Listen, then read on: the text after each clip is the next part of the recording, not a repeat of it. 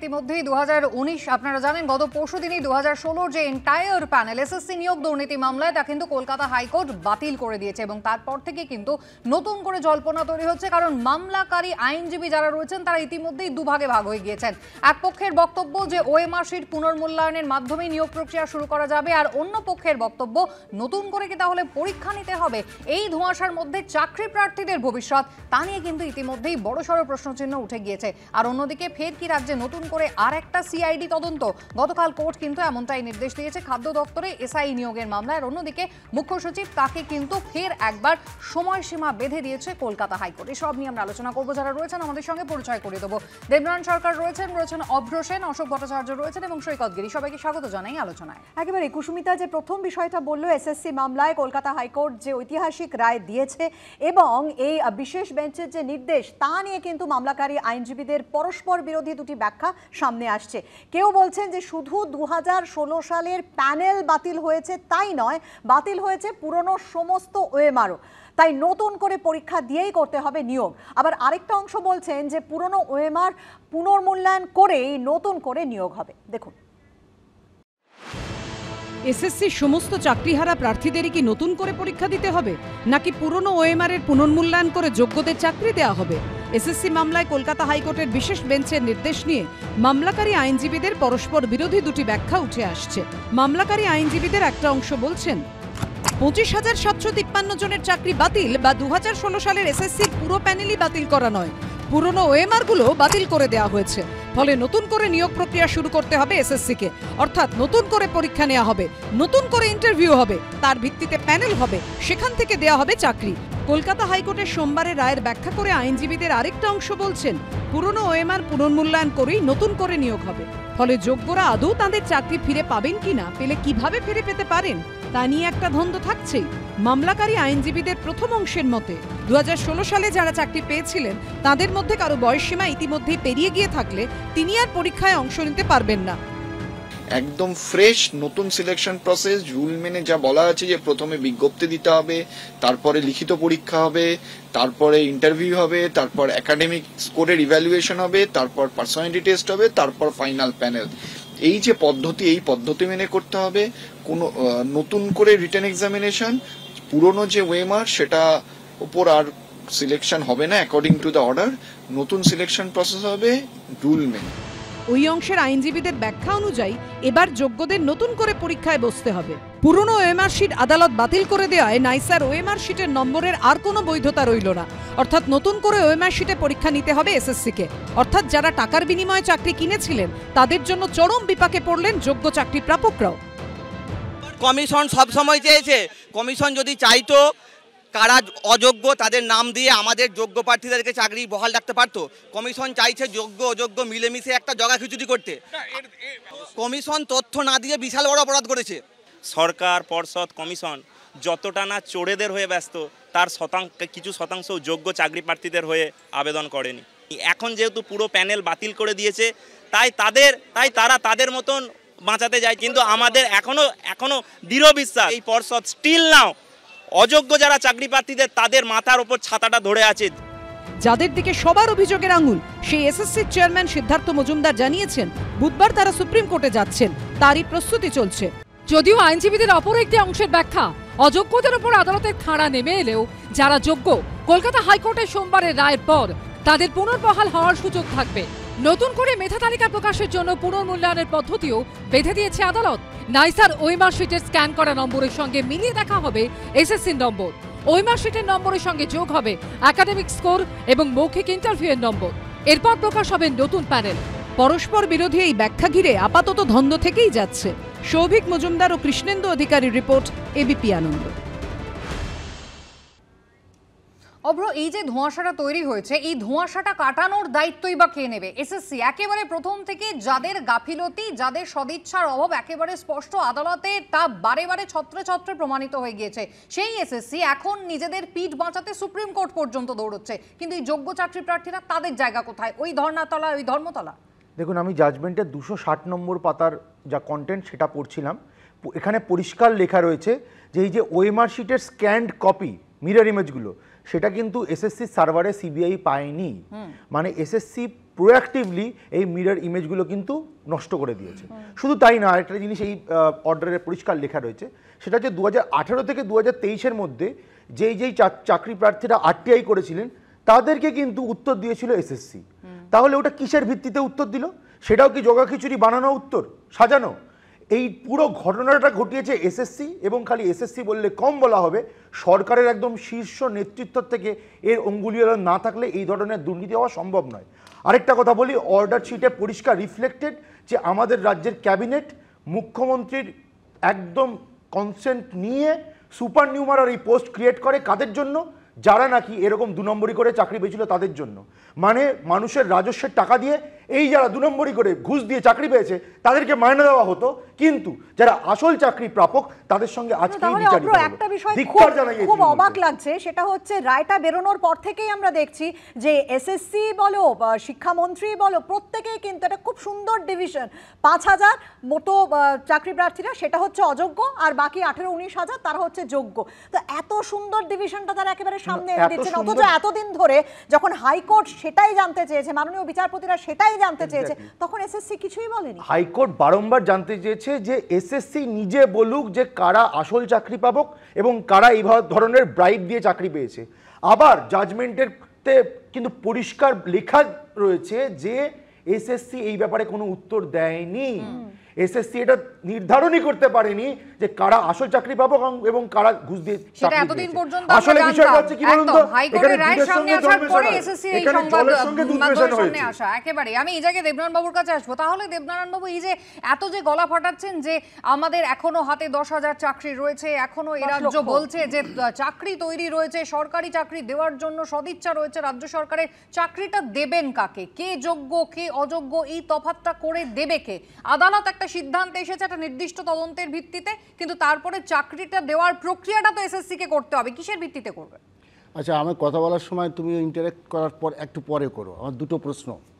একটা হচ্ছে শেক্সপিয়ারে একটা উক্তিতে উক্তিতে আছে, ডোন্ট জাজ a man's conscience by looking at his face.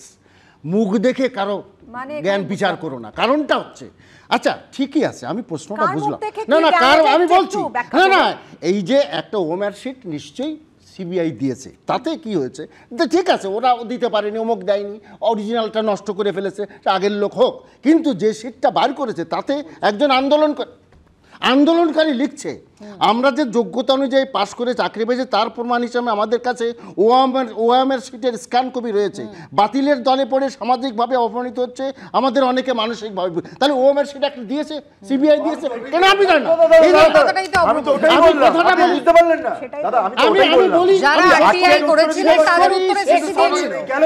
শেষ করি, তুমি যদি বলো আমি বলবো না।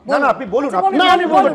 আমি বলবোই না, আমি তোমার সময় কথা বলিনি বারবার যখন না। আমার কথা হচ্ছে এই জন্য ঝিকে মেরে বউকে শাস্তি দেওয়া ঠিক আছে, দেয়নি, কিন্তু যেটা পেয়েছে সেটা ধরেও তো যদি হয় সে তো বুঝতে পারছে না। না বউকে শাস্তি দেওয়া না, সার্ভিস কমিশন পাচ্ছি না দাদা, আটটিআই যারা করেছে তাদের জন্য স্ট্যান্ড কপি দিয়েছে। শোনো, এটা ঝিকে মেরে 25,000 জন করেছে, কি কথা বলছো? না না কি কথা বলছো? আচ্ছা তাহলে দেবনারায়ণ একটা সহজ প্রশ্ন, দাঁড়ান সমাধানটা কোথায় বলছেন? না না একটা আপনি সমাধানের পথ বলে দিন। আমি আরটিআই ওএমআর ছিল, মিরর ইমেজ আমি জানতেই চাই না, সমাধানের পথ বলে দিন। যোগ্য চাকরি প্রার্থীরা তারা বললাম না, এটা ইচ্ছা করেই করলো, ইচ্ছা করলো, এই জাজমেন্টটা ইচ্ছা হলো, আর এসএসসি যে বসে বসে ওএমআর শীটগুলো একেবারে নির্ধারিত সময়ের আগে পুড়িয়ে ফেললো, সেটা তাদের দায় নয়। সবাই পড়ায়, সবাই পড়ায়, সবাই জায়গায় থাকে, অরিজিনাল তুই বার করো না।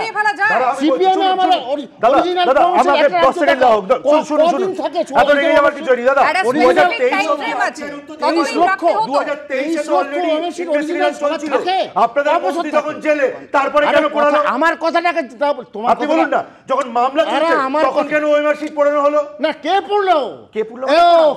মামলা চলছে 2021 থেকে মামলা চলছে, তারপরে ওএমআর শীট পড়ানো হলো কেন? পরিষ্কার ক্রিমিনাল ইন্টেন্স নিয়ে সার্ভার থেকে কেন ডেটা ডিলিট করা হলো? সবাই তো আরটিআই করেনি বাবু, তাদের বাকিদেরটা কি বলবেন? সবাই তো আরটিআই করেনি। ওএমআর শীট এই সিদ্ধার্থ বাবুর সময় পুড়িয়েছে, যদি পুড়ায় কে পুড়িয়েছে? আপনার উত্তর না,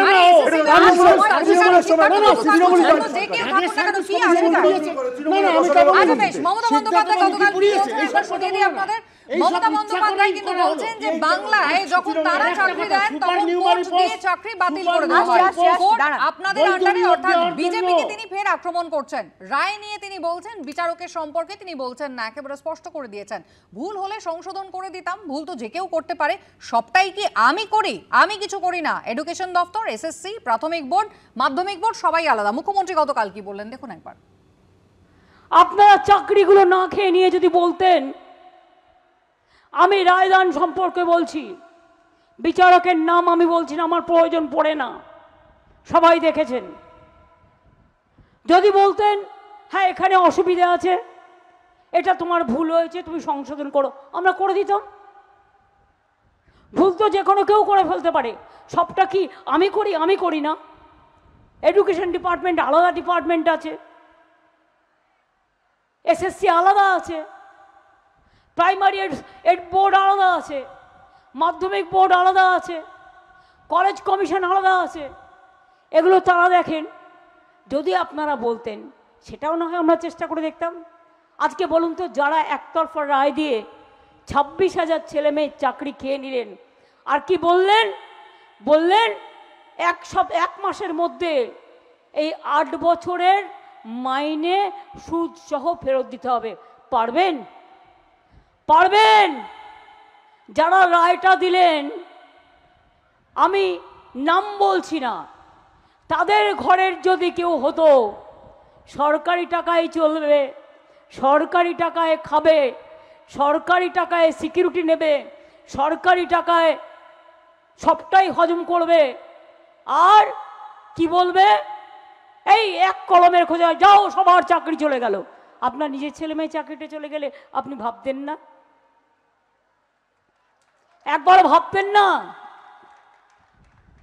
আজ যদি কোনো ছেলে মেয়ে আত্মহত্যা করে, তার দায়িত্ব আপনারা নেবেন? আমি সেই জন্যই বলছি, চিন্তা করবেন না, আমরা আমাদের সাধ্য মতো আমরা কেসটা লড়বো। অশোকবাবুর কাছে যাবো। অশোকবাবু, মুখ্যমন্ত্রী যখন ভোটের প্রচার করেন তখন বলেন 294টা আসনে আমি প্রার্থী, আমায় দেখে ভোট দিন। এখনো যখন তিনি প্রচার করছেন বলছেন যে 42টা আসনে আমাকে দেখে ভোট দিন। স্বচ্ছতার কথা বারবার বলেন। সেখানে মুখ্যমন্ত্রী মমতা বন্দ্যোপাধ্যায় এখন যখন এত বড় একটা স্ক্যাম সামনে চলে এসেছে তখন বলছেন এসএসসি আলাদা দপ্তর, শিক্ষা দপ্তর আলাদা, সব দায়িত্ব তো আর আমার নয়। ভুল সংশোধনের কথা অভিজিৎ গঙ্গোপাধ্যায় তো চোখে আঙুল দিয়ে দেখিয়ে দিয়েছিলেন। তখন সুপার নিউমারি পোস্টের কথা কেন বলা হয়েছিল? সেই অনুমোদন কোন মন্ত্রিসভা দিয়েছিল? নেতৃত্বে কে ছিলেন? সুমিতা, গ্রাম বাংলায় একটা প্রবাদ আছে, বাঁদর কি আর এমনি নাচে, ওস্তাদ তার আছে পিছে। কারণ প্রশ্নটা হচ্ছে ভুল আর অপরাধ দুটো শব্দের প্রকৃতিগত, চরিত্রগত, ব্যাকরণগত পার্থক্য অনেক। কোনটা ভুল আর কোনটা অপরাধ মানুষ বুঝতে পারেন। কাদের বাঁচাতে সুপ্রিম কোর্টে ছোটা হচ্ছে? যারা যোগ্য চাকরি প্রার্থী রয়েছেন, যদি সত্যি সত্যি তাদের প্রতি দায়, দায়িত্ব, সহানুভূতি এসব থাকতো, তাহলে মহামান্য আদালত বলার সঙ্গে সঙ্গে সঠিক তথ্য এসএসসি দিয়ে দিতে পারতো যে এরা অযোগ্য, এরা যোগ্য। এর মধ্যে যোগ্য প্রার্থী তো রয়েছেন। আজকে যে সামগ্রিক জটিলতা সৃষ্টি হয়েছে, এর দায় দায়িত্ব সমস্ত রাজ্য সরকারকে নিতে হবে। অপা, গপা, কুন্তল, শান্তনু, সপা, জগা, পেঁচো, এরা যদি সরকারি চাকরি বিক্রি করতে থাকে তাহলে তার দুটো মানে হয়, এরাই সরকার চালাচ্ছে, আর এটা যদি না হয় তার মানে চাকরি বিক্রি করেছে সরকার, সরকারের পদে যারা রয়েছেন। আপনি একটা কথা ভাবুন, আজকে বলা হচ্ছে যে 5,000 অযোগ্য আর 20,000 যোগ্য। তাহলে এই কথাটাই কেন আগে বলা হয়নি? 1 নম্বর কথা। 2 নম্বর, একটা সাবজুডিস ম্যাটার, বিচারাধীন একটা প্রক্রিয়া, তার মধ্যে কেন ওএমআর পুড়িয়ে দেওয়া হলো? এটা হয় নাকি কোনোদিন? হতে পারে নাকি কোনোদিন? প্রশ্ন কাদের বাঁচাতে, আবার বলছি কাদের বাঁচাতে সুপ্রিম কোর্টে ছুটছেন? মমতা বন্দ্যোপাধ্যায় অনেকগুলো অভিযোগ তো করলেন, এবং সেখান থেকে যেটা দেখলাম যে কোর্ট আপনাদের আন্ডারে, এই একটা মানে কিন্তু মারাত্মক লাইন তিনি ব্যবহার করলেন। কাদের আন্ডারে কোর্ট? আমরা জানি যে এই লেজিসলেটিভ, এক্সিকিউটিভ, জুডিশিয়ারি তিনটা একেবারে আলাদা। তাহলে কি তিনি বলতে চাইলেন যে জুডিশিয়ারি ডিপেন্ড করছে এক্সিকিউটিভের ওপর? এবং সেটা যদি উনি মিন করেন তাহলে সেটা তো মারাত্মক একটা বিষয়। সাধারণ মানুষ তাহলে কার কাছে যাবে? দেখছেন আনন্দ সকাল। বিরতিতে যাওয়ার সময় সৈকত তোমাকে যে প্রশ্ন করেছিলাম, যে মমতা বন্দ্যোপাধ্যায় যে এই কথাটা বললেন যে কোর্ট আপনাদের আন্ডারে, এবং একই সঙ্গে এই যত বিচারপতিরা রয়েছে তাদের যে পারিশ্রমিক, তারা যে পরিষেবা পান সেটা গভর্নমেন্ট দেয়, এমন কথা বললেন। কনসলিডেটেড ফান্ড অফ ইন্ডিয়া, সেখান থেকেই কিন্তু এদের সমস্ত কিছু পরিষেবা দেওয়া হয়। দেখুন, এটা বাংলার লজ্জা যে বাংলার মাননীয় মহিলা মুখ্যমন্ত্রী জুডিশিয়ারি সম্পর্কে এই ধরনের মন্তব্য করছেন, যা দুর্ভাগ্যজনক। রাজ্যের নির্বাচিত প্রশাসনিক প্রধান যদি জুডিশিয়ারির ওপর অনাস্থা প্রকাশ করেন তাহলে অবিলম্বে তার বিরুদ্ধে ব্যবস্থা নেওয়া উচিত। 1, 2 হচ্ছে, দেখুন, প্রধান বিচারপতির বাড়ির সামনে মাঝরাত্রে গিয়ে পোস্টার লাগানো, হাইকোর্টের ধর্মঘট ডাকা, এসব তৃণমূলের সংস্কৃতি আমরা এই সময়ে দেখেছি। কিন্তু আমার বক্তব্যটা একটু অন্য জায়গায়। দেখুন, এই রাজ্যের জনগণ এটা বুঝতে পেরেছে যে চাকরিচোর মমতা স্বাভাবিকভাবে প্রথম দিন থেকে 2011-র পর থেকে, আচ্ছা আপনারা বলুন, বামেরা 98 সাল থেকে এসএসসি করছে, কোনো একটা এসএসসিতে একটা কোনো দুর্নীতির অভিযোগ তো দূরের কথা, একটা প্রশ্নচিহ্ন তুলতে পারেনি কেউ। কিন্তু 2016 সাল প্রথম পরীক্ষা তৃণমূলের, যেখানে একদম আলু ঝিঙ্গা পটলের মতন চাকরি বিক্রি হয়েছে, ওএমআর দেখাবে কি করে? আপনারা এই যে আলোচনা করছেন ওএমআর দেখাবে কি করে? ওএমআর তো অয়নশীলের প্রমোটারের বাড়িতে, ওএমআর তো শান্তনু কুন্তলের বাড়িতে, যে শান্তনু কুন্তল অভিষেকের জন্মদিনে তার বাড়িতে পৌঁছে যায়, দেবনারায়ণবাবু অভিষেকের বাড়িতে ঢুকতে পারে না। ত্রিপুরায় তৃণমূল ইলেকশন লড়তে যায়, এই চাকরি বেচার টাকায় শান্তনু কুন্তল অভিষেকের পেছনে দাঁড়িয়ে থাকে। চাকরি বেচার টাকায় শান্তিনিকেতন, শান্তিকুঞ্জ কেউ ছাড় পায়নি। এই যে চাকরি বিক্রির টাকা নিয়ে বিক্রির অভিযোগ শুধুমাত্র নিয়োগ দুর্নীতি, শুধু যে শিক্ষার ক্ষেত্রে এমনটা নয়, নিয়োগ দুর্নীতির অভিযোগ কিন্তু আমরা দেখেছি পুরসভার ক্ষেত্রেও হয়েছে, এবং খাদ্য দফতরে এসআই এর যে চাকরি সেখানেও কিন্তু প্রশ্ন ফাঁসের অভিযোগ, এবং নতুন করে তদন্তের নির্দেশ কলকাতা হাইকোর্টের, তদন্ত করবে সিআইডি।